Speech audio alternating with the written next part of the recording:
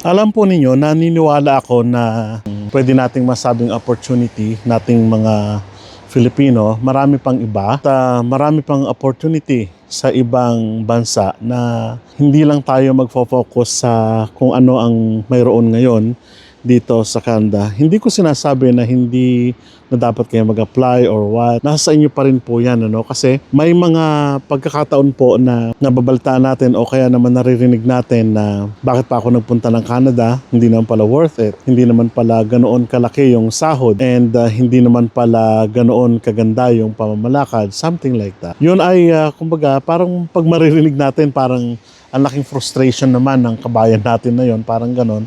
At ang laking, kumbaga, bentahe na masabi mo na hindi pala ganoon ka-great ang Canada kapag nandito ka na kasi nararanasan mo na at nakikita mo na, hindi po ba? Marami sa mga kababayan natin, pagdating dito, you will hear na, or you can hear actually, na sila ay nagko-complain about sa kasalukuyan kalagayan nila. And how about us naman na 10 years na kami dito sa Canada at marami pa tayong mga kababayan na mas matagal pa sa atin. Yung mga sabi ko nga, yung mga tita at tito namin, nandito na sila for how many decades na, since 1970s pa, at nandito na sila sa Canada, nag-start sila sa Manitoba and then move to Saskatchewan, no? So, ibig sabihin, we cannot quantify or we cannot parang sasabihin natin sa kasalukuyan na ganito pala ang Canada sa kasalukuyan. Well, sabi ko nga, in our 10 years ng pamumuhay namin dito, malaki yung naging biyaya sa amin ng Canada sa kasalukuyan. And, para sa mga kababayan natin na mayroong mga frustrations, naiintindihan natin yan at masasabi natin na talagang may frustration. Kahit kami, may frustrations din kami. Noong mga panahon nagsisimula kami na ang iniisip namin, ang pag sinabi natin Canadian Dream, ay kumbaga parang nabigyan ko na rin ng dinito yung parang land of milk and honey, parang gano'n, no? But in the end, hindi pala magtatrabaho, and so on and so forth. So, ganung mga sentimiento. At sabi ko nga, naiintindihan natin yung mga kababayan natin na iyon, na nagsasabi ng kanilang mga saloobin. Ano? And sure, it is na talagang hindi masasatisfy ng Canada ang pangarap nating kumbaga 100%. Ano? Marami sa mga kabayan natin at kami mismo ay nakaranas din ng hindi pala 100% na makukuha mo agad-agad. Parang gano'n. Ano? Kung ang thinking kasi natin, magiging thinking natin na pag nagpunta tayo ng Canada, mariresolve lahat ng ano natin, mariresolve na lahat yung ating mga kumbaga pinapangarap o yung mga adhikain sa buhay. Hindi po gano'n. Pwede na masabi natin na yung maraming pangarap mo ay matutupad. But of course, in a staggered basis o kaya naman, hindi parang, kumbaga, parang nanalo ka ng loto, no? And then instantly, mayaman ka na, instantly, nandyan na lahat. Gusto ko lang din naman i-share dahil sabi ko nga, marami sa mga kabayan natin, in social media, lahat-lahat, kahit na in real person, naririnig natin o nakakaringgan natin sila ng maraming frustration talaga. So, yung kumbaga, parang yung nabanggitan natin doon, yung reality versus yung expectation, ano? Sa loob ng 10 taon, napakaraming biyaya sa totoo lang ng Canada sa buhay namin. Pagpatayo kami ng bahay sa Pilipinas, nakabili ng sasakyan. At dito naman sa Canada ay mayroong kahit paano panahanan na munti at yung baby nga namin, pinakamalaking blessing talaga sa amin na kung nasa Pilipinas kami, hindi namin magagawa yon.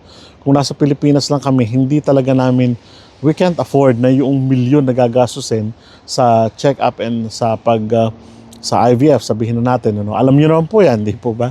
Na nabiyaan kami ng isang supling na nagbigay talaga sa amin ng malaking biyaya naman talaga. At siya ang, kumbaga, dahilan kung bakit patuloy kaming mamumuhay dito sa Canada. No? So, yun lang yung mga ilang mga pasasalamat natin. Marami pang iba. No? And of course, yung family namin, nakuha namin dito, mga brothers and sisters namin, parents ng asawa ko, nandito na. Sabi ko, yung binanggit ko sa inyo, yung ano na lang, sa side ko naman, yung tatay ko na lang and yung sister namin, yung panganay namin, and yung mga anak nila. No? So, yun na lang yung kanilang naiiwan, o yun na lang yung naiiwan sa amin sa Pilipinas. Ano?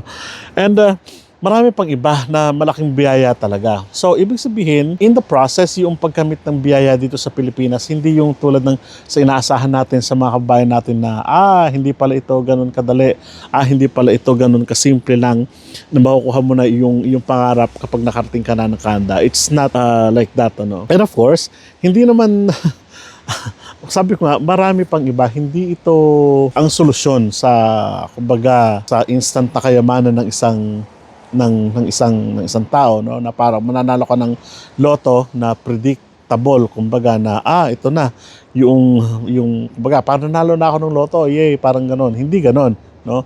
Sabi ko within 10 years unti-unti namin nakamit yung pangarap namin dahil siyempre nagtatrabaho ka at may pangarap ka na gusto mo makamtan, and not instantly na yung sa loob ng 10 taon ay makukuha mo na yung buo na nandyan na sa harapan mo, nasa hapag mo na. So, it's not like that, ano.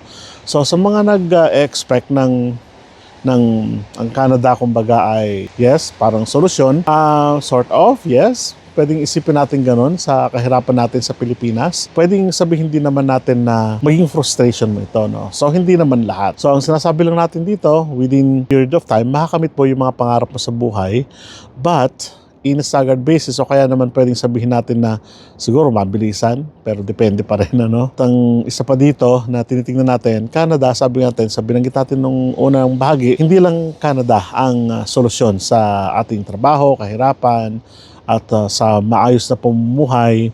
Hindi lang ang Canada. Marami pang ibang Canada o marami pang ibang opportunity na po pwede nating puntahan o subukan, ano? Sa mga nagsasabi na hindi nang pala ganoon, hindi nang pala ganyan ang Canada, well, totoo yun, no? Marami pang ibang opportunity sa ibang bansa, not only Canada, na po pwede yung adventure, pwede yung subukan, at po pwedeng maging, kumbaga, milk and honey naman ninyo pagdating ng panahon, ano?